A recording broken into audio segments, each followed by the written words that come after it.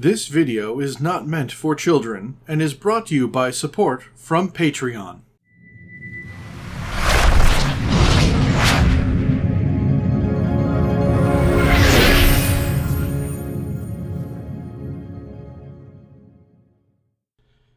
Hello, and welcome back. I am Maester Aelix, and this is Stellaris Empires. We are right back where we left off here on the Empire creation screen. And before we get into today's origin, I'd like to thank everyone for just watching these videos, and if you would please watch a few more, maybe even click the like button, maybe even leave a comment, and it would be especially awesome if you also subscribed.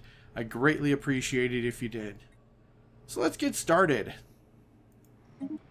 Alright, so today we're the Hopstridian Enlightened Kingdom, and this is the origin under one rule. Now, I will admit freely that before testing this one, I had never once done under one rule, so I was pleasantly surprised as I tweaked and nudged and played this again and again. So, let's get going. Amidst violence and hardship, this civilization was unified by a single leader, consolidating power through his repression of weaker factions. They have become a fierce advocate for the science and technological advancement, and in the aftermath, an uneasy peace has descended, but peace rarely lasts. Oh, yeah, baby. Alright, so for appearance, I went with this delightful frog guy, because for some reason, when I think despotic dictators, I think frogs, probably because they are loud. That and, secondarily, I named this group after a friend of mine whom is also Frog Pro. Alright, the name is the Hopstride, or the Hopstriders, or the Hopstridians. I went with the gender male because that is what my friend is.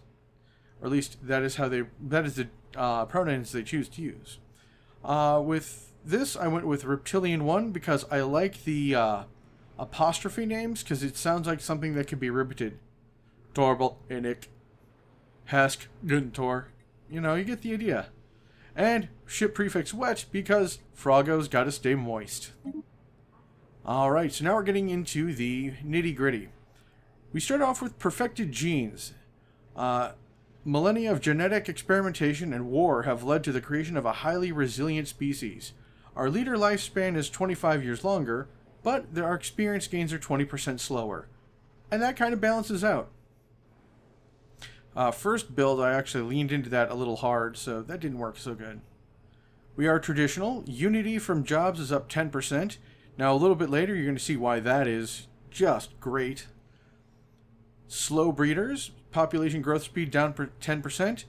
That won't actually matter because there's enough technology and other things out there to really get this thing negated. And very strong. Our army damage is up 40%, but it's more the worker pop resource output is 5%. And this is so good.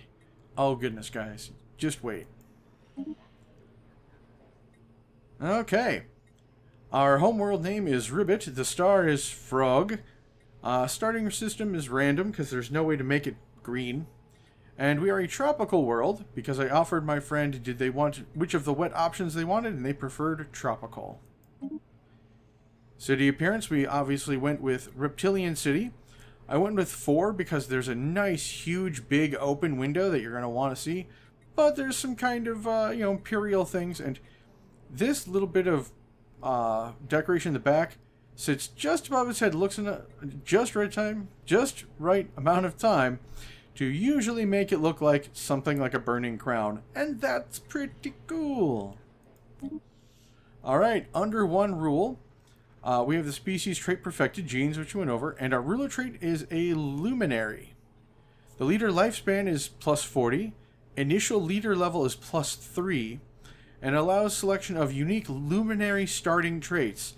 Now we're going to get over that into the ruler traits, but man, you guys, they are so good.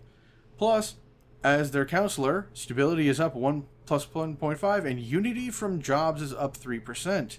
So jobs that produce unity are going to produce more unity, and that lets us go through things much, much faster and smoother.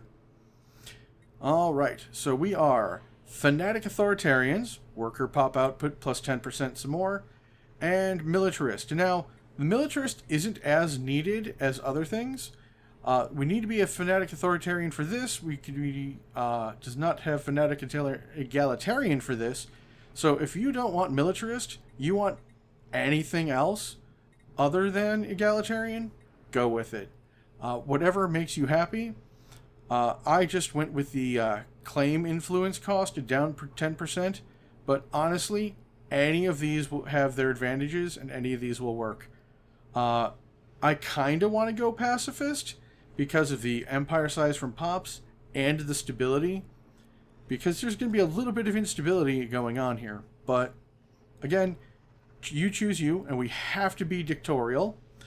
I think that is part of the origin, right? Yes, has dictatorial authority. So, have to be dictatorial. And I went with oppressive autocracy. Only the elite of the elite deserve the best of the best. Everyone else is expected to provide for the ruling class and their lackeys. We force dystopian society living standard, which non-ruler jobs decreased, under which non-ruler jobs have decreased consumer good upkeep. Only the ruler jobs and enforcers have amenities upkeep. Most pops generate an additional crime, which is why we need the enforcers and stability. Only ruler jobs can produce amenities, and we forbid the hollow theaters. On your starting world, this means they start with the precinct district instead of the hollow theater. Leader, and as modifiers, leader upkeep is down 25%, commander upkeep is +1, and our council position, which this is the one I highly suggest, empire effects per skill level, ruler happiness +1%, and unity from enforcers +0.2. Goodness gracious, that's nice. And we are a police state. To quash any trace of dissent, the population has a repressive society carefully monitored and controlled by a large internal police force. Stability +5, unity from enforcers +1, unity from telepaths +1. So, probably want to go psychic, but you don't have to. And empire effects, if we want to have the chief of secret police, is governing ethics attraction +5%. That is nice, but not as nice as the primary overseer is. Alright, well, based on our government, we are an authoritarian. Dissent is forcefully discouraged. Marvelous. Our empire name is the Hopstridian Enlightened Kingdom. Yes, we are enlightened because we know better to let anyone else get all that smart. For the flag, I went with a primary color of green, secondary color of blue, the checker pattern, which I think is, yep, right around there. And I went with this particular look because, to me, this looks froggy. You got the big mouth down here, you got your eyes kind of there, and yeah, there was no real, like, froggy frog thing. There's a lot of aquatic stuff that's like other scary sea creatures, but there's no real frog or toad. So this was the closest I got in abstract, and that works just fine. Now, with that primary green color, you throw that onto a reptilian ship, and you have something very, very interesting. Let's see, come on. Yeah. Look at those ships. I mean, yeah, they're big and blocky, but the green stripes are really nice. Colony ship. Here's our science ship. Beautiful. Alright, with Ruler Prince, this is Hopstride. He is our Grand Marshal. We sound like this. You see, I'm with color variant 5 because this green just blends in great with the look. And clothing 2, I mean, there are other clothings that in theory could work, but other than 1, 2 looks the most like regal robe-like, and so I went with that. Now, here's where this thing's are really, really interesting. You get different ruler traits, including ones that are with negative values, should you want to. Like brutal, crime plus 20%, enforcers and telepaths reduce happiness by 2.5. Or warmonger, citizen pop happiness minus 10%, triad protections minus 20%, But this does let you take other things. Now, I took High King.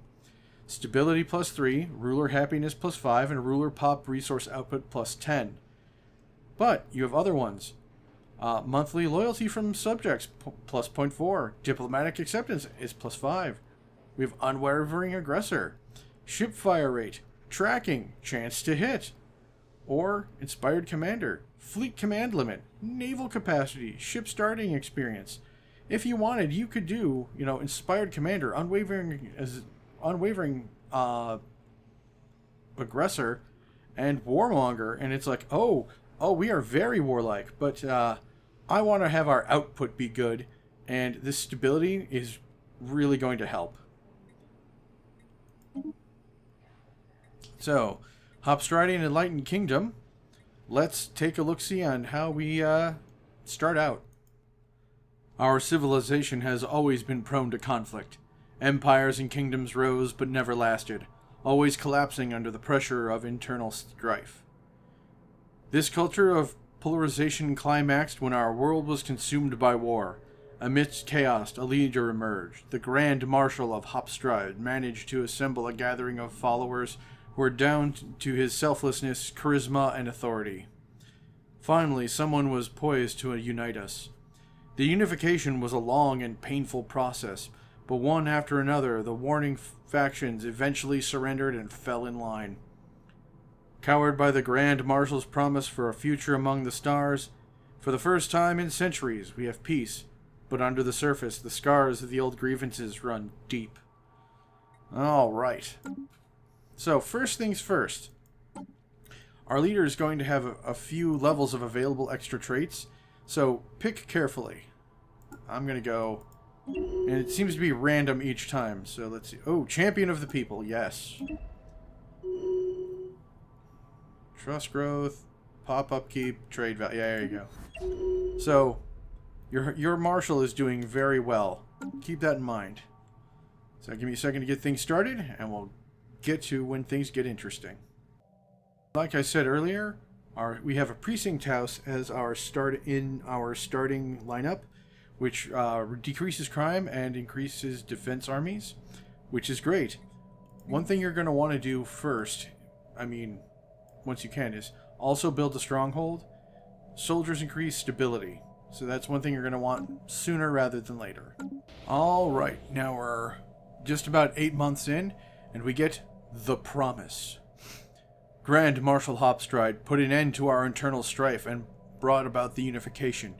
He came to power on a platform of patriotic unity and imperialism, promising to lead us into the stars and create a grand galactic empire. Today, our people grow impatient, and dissident voices question our leadership abilities. The Council has prepared several 40-year plans that will put these doubts to rest and propel us into the next stage of our species. Let's get to work. It unlocks the Unifying Promise agenda, which improves the ethics-based agendas for the duration of Unifying Promise situation, and begins the Undying Promise event chain. Situation log updated. Which, the Undying Promise, our current progress is 6, which we're going to want a lot more. So, we're going to want to get as much progress as we can, because our Luminary trait will improve every 15 points for progress we make, which is great. We also see it's over here in our situations, but we should strive to expand our nation by controlling systems, colonizing planets, and if we encounter another empire, signing defensive pacts.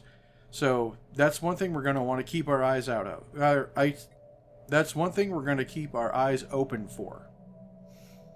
And as we heard the ding, we also got our traditions available. Now, there are many fine traditions, but there is only one that fits perfectly. Domination is exactly what we want to start. Unlocks civil exclusion, worker pop resource output plus 5%, slave pop resource output plus 5%, slave political power minus 0.25%, and when we finish this, we get empire size from pops minus 10%, which is great. Plus, Council agenda available. There is not one of these 5 choices that is bad. Enforcers produce more unity. We already have that, so more is better. Worker pop resource output another 5%. Capital buildings and housing buildings provide +1 housing. Yes, please. Monthly influence point up 0.5%. Very important, and we'll show you why in just a second. And council experience gain +20%. Edicts funds +50. Yes, yes, yes. And the unifying promise. During the unification period, Grand Marshal Hopstride swore... Oh, yeah, we already did that. So, current progress, 2 out of 480. We are predicted next month to go +1. So, we're not gonna make it if we just leave it alone. So, right now we're at internal affairs. Stability +5, but our monthly influence is down by 0.25. And if we go with the additional... what is this? Agendas, we then can unlock these other options. New resources. Mining station output +20%, but survey speed -50%. Construction projects.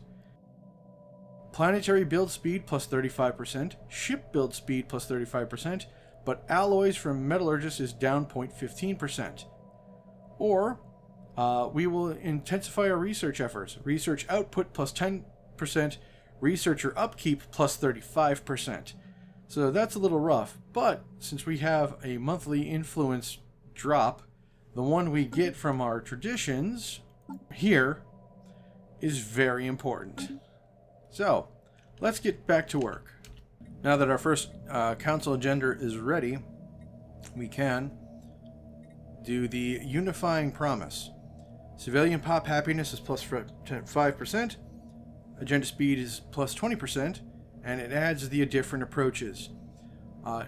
Personally, I'm going to expand the council first, and then do the unifying promise, because that lets us have that grand unifier type guy at the start. Also, a quick tip, it'll really help you out if you can get righteous on your governors, because that will help the crime a lot. Alright, we've finished out domination, and now we're going to pick up our ascension perk. Again, this is one of those go with what you like, but I am going to go with Imperial Prerogative. Empire size from planets -50%, and official capacity +2%. Yes, please. New world claimed. This new colony is the first step towards fulfilling the Grand Marshal's promise. The colony ship has permanently converted into the administrative headquarters of the new settlement. Work has begun to connect the reactor core to the power grid to supply the growing colony with energy. As colonists disembark in a large number, makeshift dwellings and shelters have been erected around the former starship's massive hull. These will form the basis of what will one day be the first Hopstride city on Stellaris. Under this, colonizing planets, current progress 16, so our luminary trait should be getting stronger in 14 years. That's why we're really focusing on that. Hopstride has become a trendsetter among the general population. Everything from his style to his method of speech has attracted a sizable following. His reach extends across all socioeconomic strata, but he has proven particularly popular amongst the youth. We have no reason to support this. Stylish trends modifier for 5 years. Monthly unity +10. Amenities from jobs up 15%. Good. So, this is the first of many little pop-ups that are going to happen, showing your leader being their great leader self. Sometimes you have a choice. Sometimes you don't. This one is all upside. Alright, now another thing. Now that we've completed our first colony, the new cities built on Stellaris are a sight to behold. Although grit and determination, the colonists have managed to thrive on a new world. Hopstride citizens on Stellaris decided to show their loyalty by erecting a monument in honor of Grand Marshal Hopstride. We can either let them work on it, we can grant them additional funding, or focus on something more practical. So, inhabitants on Stellaris will use the gathered funds to pursue another project, and the event is the Stellaris is commemorated. It happens in 120 to 180 days. Grant them additional funding. We give them 800 minerals and 400 alloys, and something happens in 180 days to 1 year and 180 days, or we let them work on it and something happens in 180 days to 1 year. So it's up to you what you want to do. Okay, we now have our second set of traditions. Here we have some choices. Archivism is always good, especially once you get that frontier archaeology going. But I'm going to go with Harmony. The inner stability is really nice. Governing etheric attraction. Crime down 10%. Yes, please. Stability. Planetary ascension cost down 10%. Yes, please. Kinship. Pop demotion time. Minus 70%. Empire size from pops. Minus 10%. Very good. Edict's Fund. Leader lifespan plus 10 years. And leader maximum traits minus 1. Yes, we already have very long-lived leaders, so lean into it. Okay, we're a little bit further along. I have now befriended these cybernetic owls. We're going to form a defensive pact. Yes, please. Alright, I've gone a little bit further. And we are now controlling systems, colonizing planets, and I signed a defensive pact, and we're definitely working on those points. Looking forward to seeing that luminary trait get even better. And right now it's leader lifespan plus 40 years, stability plus 2.25, and unity from jobs plus 4.5. So there are some really good opportunities to get some really good unity out of this group. Alright friends, I really don't want to spoil the story here. If you just keep working on the unifying promise stuff, I promise you it will get better, and just keep working on it and it will pay out in the end. There's a lot of fun events, there's some good randomness to it, and it helps you, and it suggests that you make defensive pacts, which is always nice. So with that being said, here's where I'm going to say thank you all for joining me. I really hope you're enjoying this series as much as I'm enjoying making it for all of you. If you do, you know what to do, and that's to like, comment, and of course share these videos around. Maybe watch 7 or 8 more of them to show the algorithm that you really do like it. And of course, check out the links down below, because that's where the really good stuff is, including a link to my Patreon campaign. So do please check that out. And I'd like to give a special shout out to all my patrons who help make these videos possible. Aaron Smith, Brian Pelfrey, Chris Armstrong, Dennis Detman, Harry Thompson, and Mark Milius. Thank you all so much for your contributions. I wouldn't have this channel without you. Thank you very much.